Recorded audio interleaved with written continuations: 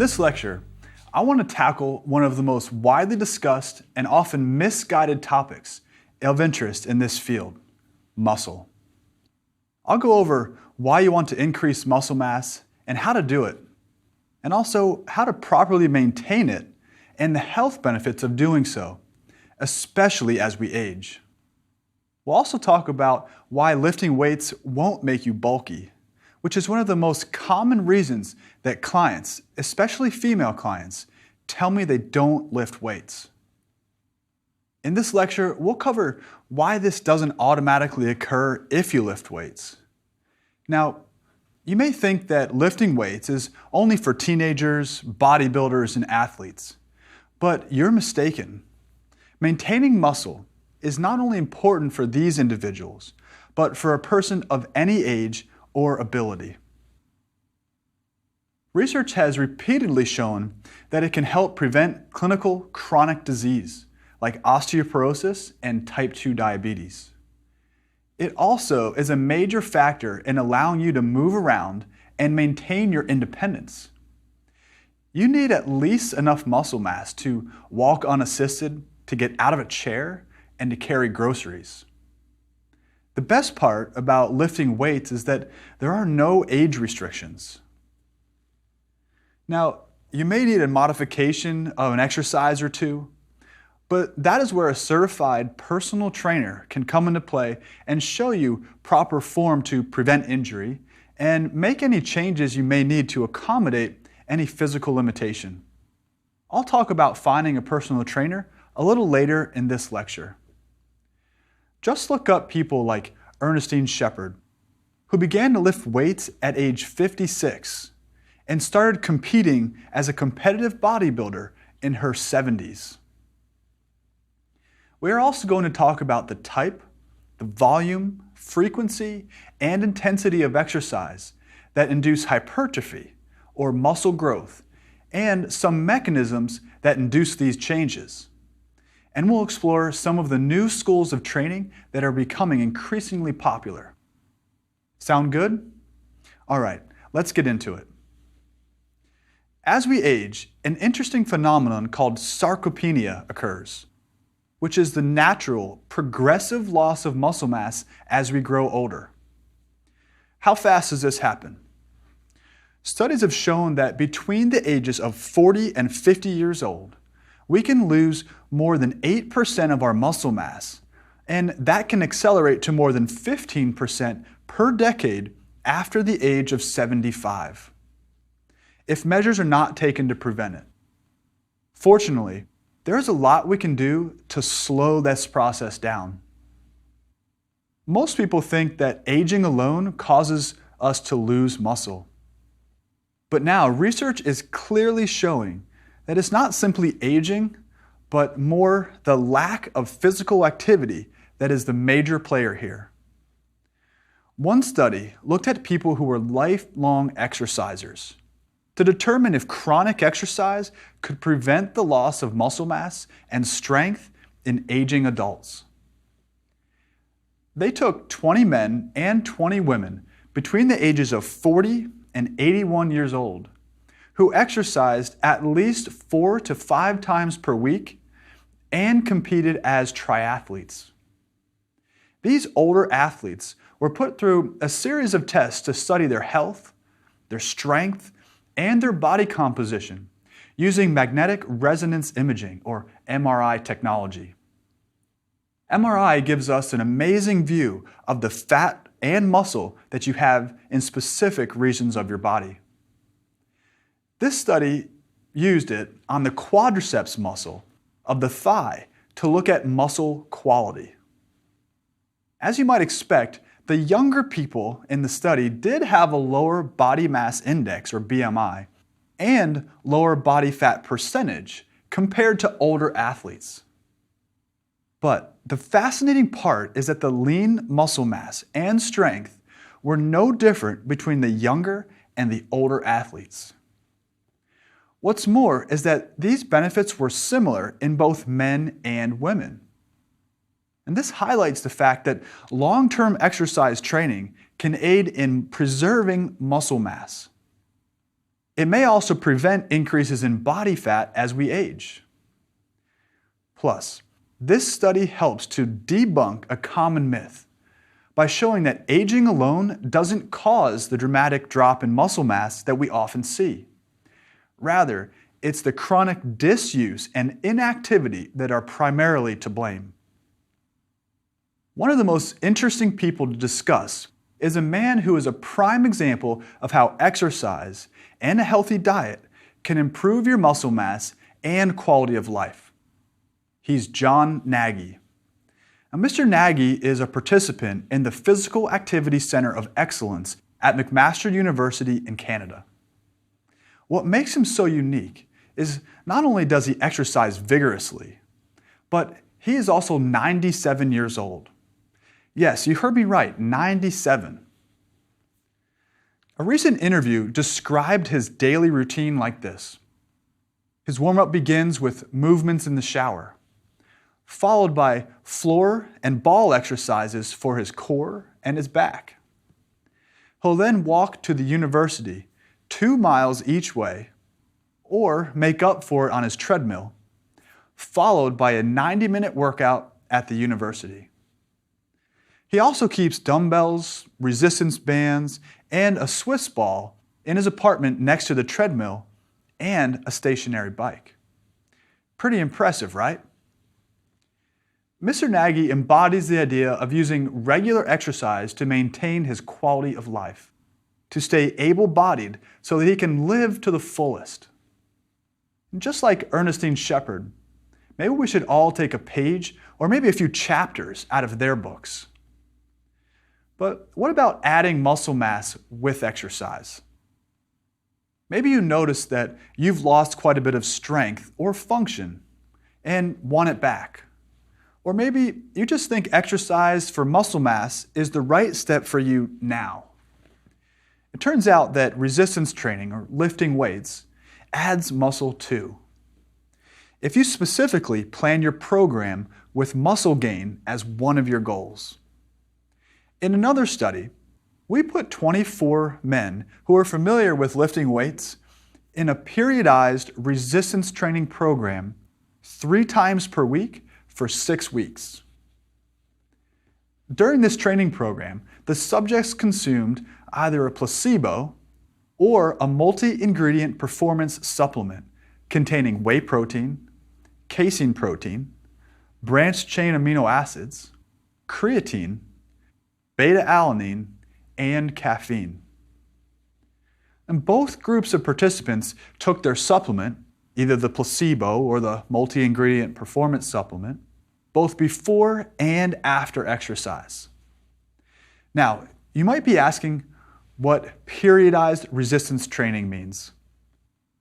This means that the exercise was systematically designed to change the amount of weight lifted and the volume of training.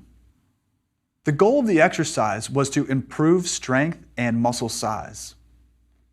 Basically, they all lifted 3 days per week, and every 2 weeks the subjects lifted more weight for fewer repetitions in order to meet the goals of the training plan.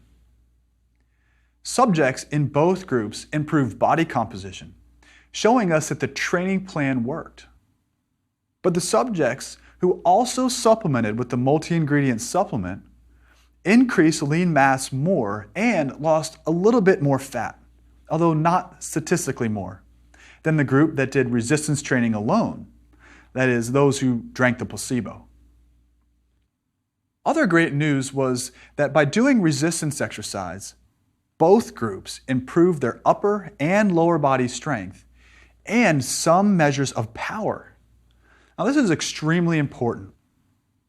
Data show that as you age, the importance of strength is critical. In fact, just being stronger in your chest and your legs is associated with the least risk of premature death.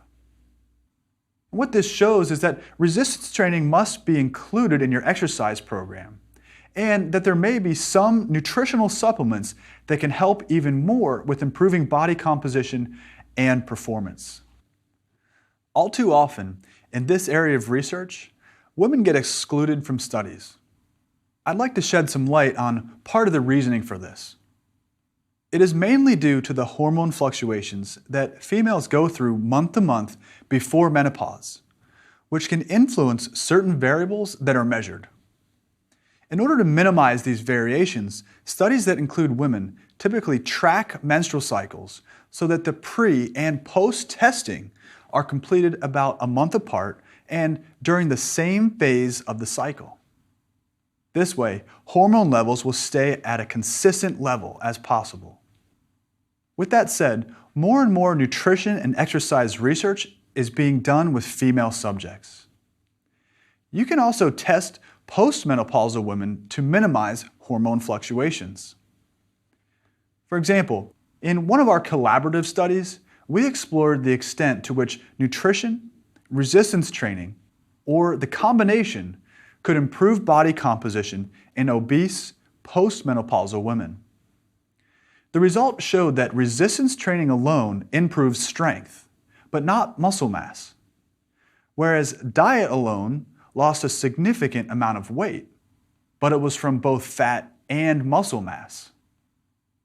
However, the diet plus resistance training combo improved most variables, including a loss of body weight from fat mass specifically, and they were also able to maintain muscle mass and improve strength, just as a diet and resistance exercise combination did in the study with male subjects. So, for those women out there that are afraid of looking too big and muscular, this study should help you realize that it's physiologically impossible to look like you are on steroids unless, well, you're on steroids. So, resistance training is needed for both women and men.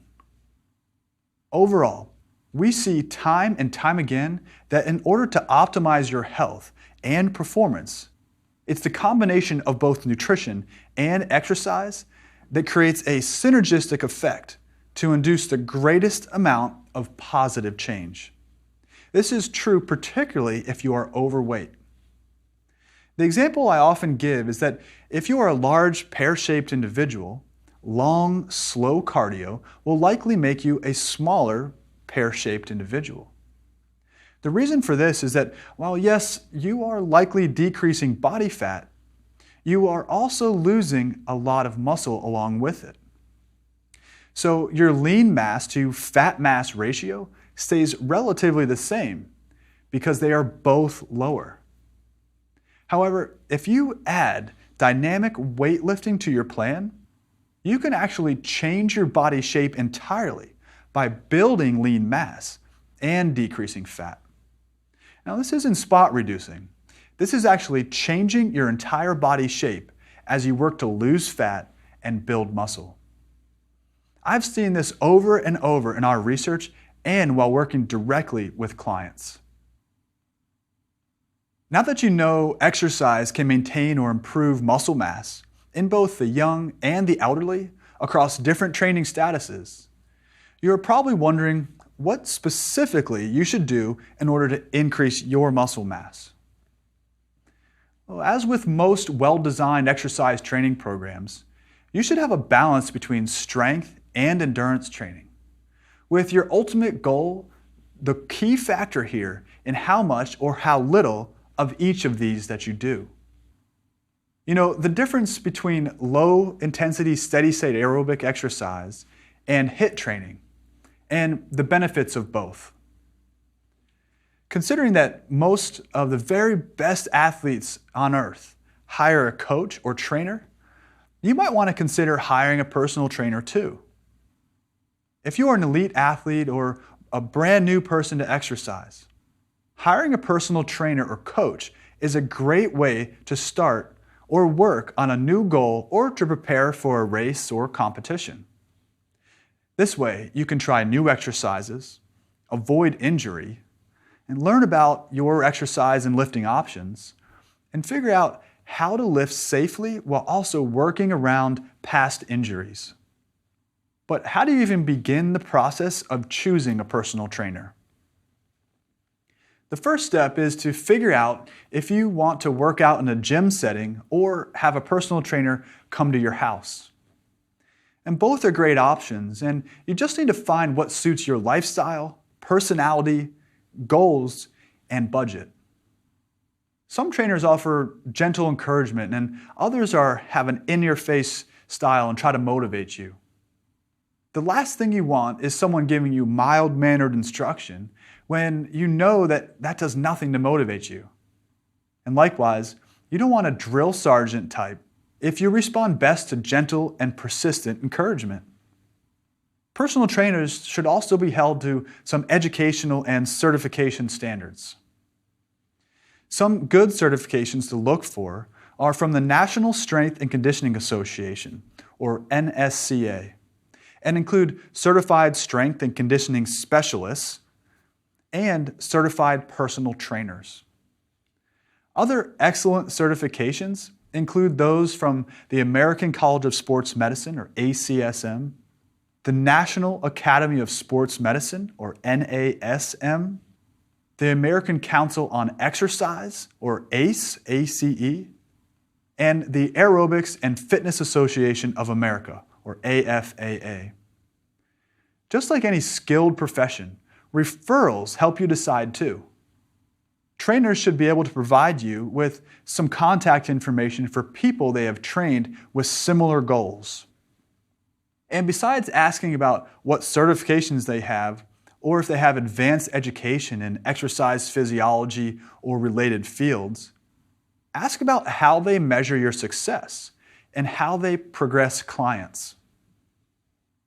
Observe them with another client and see how they behave. One of my all-time pet peeves is watching a trainer ignore a client and mindlessly count repetitions while busily texting or talking on the phone. Do not hire this type of trainer. Training sessions should be about you, your safety, and your goals. If you have any special needs, for example, surgeries, sore joints, or known muscle imbalances, be sure to ask if he or she has credentials and experience with these situations. Of course, you also want to ask about the payment structure and make sure that suits your needs as well. In the end, a good trainer should be extremely transparent so that the client-trainer relationship works for everyone. I promise it's not as scary as it sounds once you ask the right questions. Realize too that you don't need a personal trainer forever. Now, it's a great tool to have, but if you just want some instruction from time to time, personal trainers can assist with that too. With or without a trainer, you need to develop an exercise program. The most important thing to keep in mind is that every program should be individualized. Everyone's goals are different, and that is extremely important to consider. A person new to exercise will have a different plan than an elite collegiate athlete, a weekend warrior, or a powerlifter. And as research into the science and application of sports science grows, new insights will emerge. So let's start by looking at the American College of Sports Medicine, ACSM, guidelines, which take into account the recommendations of experts from across many disciplines, like exercise science, physiology, athletic training, and medicine. ACSM recommends lifting weights a minimum of 2 to 3 days per week if you use a full body workout. But if you really enjoy strength training, you can easily spread it out over 4 or more days per week and change up the order of the muscle groups you exercise each time. We'll talk more about this in just a minute, but for now, just know that training each major muscle group twice per week is sufficient. To begin, ask yourself what fits into your schedule now. If it is only 1 day per week, great, then do it 1 day per week. Over time, you can add more days, time, and intensity to your training once you get the hang of it all. It is recommended to start with 1 to 3 sets of exercises that target each major muscle group. Aim for 8 to 12 repetitions. And just think about your back and your chest and your glutes, shoulders and your arms and legs, for example. Oftentimes, beginning with machines instead of using free weights is your best bet because they help to reinforce proper alignment and form, and may be safer until you feel more comfortable with the process. As you begin to get more comfortable and advanced with your program, and your goals become even more specific, your goals can get better and more defined, and you'll want to develop a specific plan tailored to help you meet those goals. For example, when designing a plan to build muscle mass or improve muscle quality, there are a few things to think about and included that are unique to these plans. Muscular strength is a measure of how much force your muscles can produce in one effort. To improve strength, you want to do 5 to 8 repetitions at a weight that progresses up to 80% of your maximal strength for one repetition, or 1 RM. Think higher weight, low to moderate reps for 3 sets. For example, if you can lift 100 pounds or 46 kilograms on the bench press, then you would start with about 65 to 70 pounds or 29 to 31 kilograms and work up to using around 80 pounds or 36 kilograms for 5 to 8 repetitions. You would repeat this 2 more times before switching exercises. The second type of muscular training is muscular endurance, which ultimately leads to hypertrophy, or the increase in muscle fiber size. For muscular endurance and hypertrophy, you would use a lower weight, roughly 65 to 85% of your 1 RM, and 8 to 12 repetitions for 1 to 3 sets.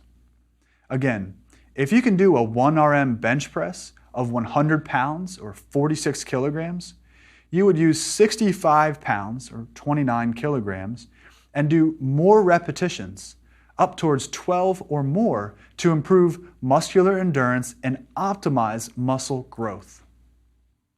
The third type of muscular training is called muscular power, which is the amount of work performed per unit of time. This is a quick movement. There are 2 strategies.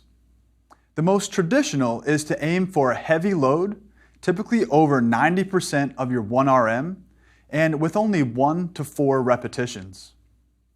Again, using our example of 1 RM bench press of 100 pounds or 46 kilograms, you would lift 90 to 95 pounds or 41 to 43 kilograms for just 1 to 2 reps. You would likely take long breaks between sets with this style of lifting. Alternatively, because muscular power is based on how fast the movement can be completed, you can also use a light load. It could even be your body weight, or a load that is somewhere around 50% of 1 RM, and then perform the movement fast. Of course, the style you choose is based on your goals, and working with a coach is highly recommended given the technical aspects of doing this safely. The main idea is to move the load as fast as possible. So, you can see that in order to increase your muscle mass, you're going to have to put in the effort when you're at the gym. If you like to lift and do aerobics exercise too, then great. And don't worry too much about whether you do cardio or resistance training first when you work out. It's based on personal preference. Let's assume you want to lift weights. You might think you should do a total body routine or split the body segments up into working your legs one day and your upper body on a second day. But many other variations exist, like chest and triceps on one day, and then back, biceps, and shoulders on day 2, and legs on day 3. It can be confusing without proper guidance.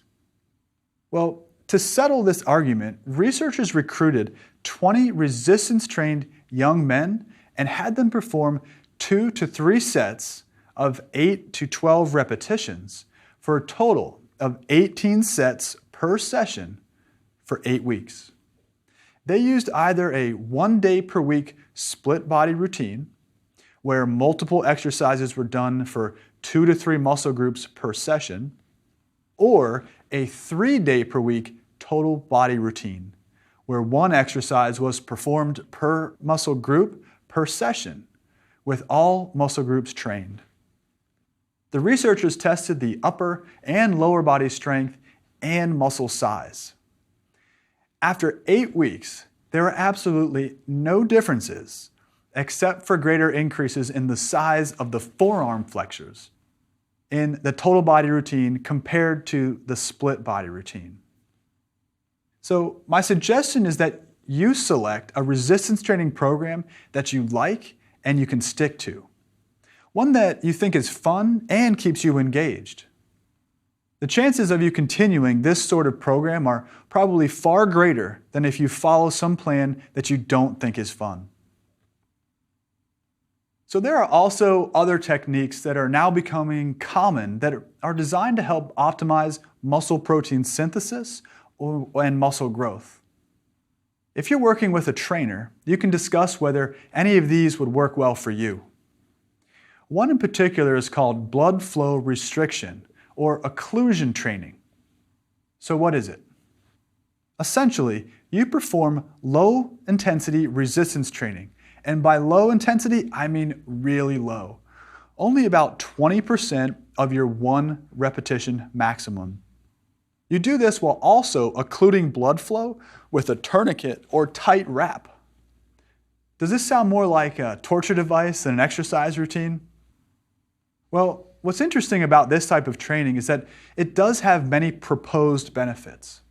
And these range from improved endurance training during aerobic exercise, such as walking, to increased muscle protein synthesis through one of the main growth-promoting signaling proteins called mTOR, to the recruitment of more muscle fibers during exercise.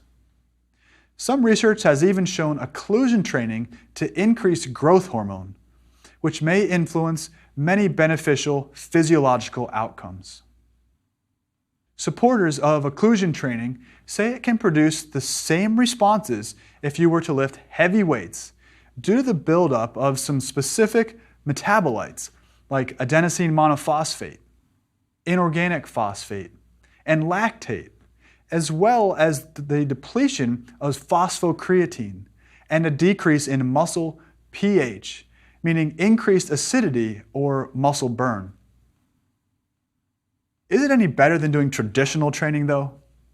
Well, the short answer is not really. It can be added as a supplement, but it shouldn't replace your normal training program. In my opinion, you might use it when you are injured and can't lift the same weight as usual. This way you can still use light weight and get a pretty good muscular adaptation. So now you know how to maintain and/or increase muscle mass and a few ways to do it for the young and old and for women and men. There are a ton of exercises and routines that you can perform to achieve an increase in muscle mass. You just have to find what works best for you. It has to be fun, motivating, challenging, and safe. If your exercises are fun, you'll be far more likely to stick to the program. Evidence also shows that you'll be more likely to choose healthy eating habits when you enjoy your workout. So now you have all this information about lifting weights, and I hope that you're convinced that you must add this to your workout plan. The key to finding what works best for you is to continue to explore new types of exercises and training styles. Keep in mind that for real changes to occur, you're going to have to sweat, and that means pushing yourself and putting in hard work. It also means you're going to have to pay attention to what you eat and how you fuel yourself to feel better, look better, and perform better. What this will do is change your body composition by helping you lose fat mass and increase muscle mass. This is the 1-2 punch combination that will lead to the most optimal improvements in your body composition. Again, we need to shift to a mindset of body composition, not body weight. Try this. See if you can find a great personal trainer and start lifting weights at least 1 time per week.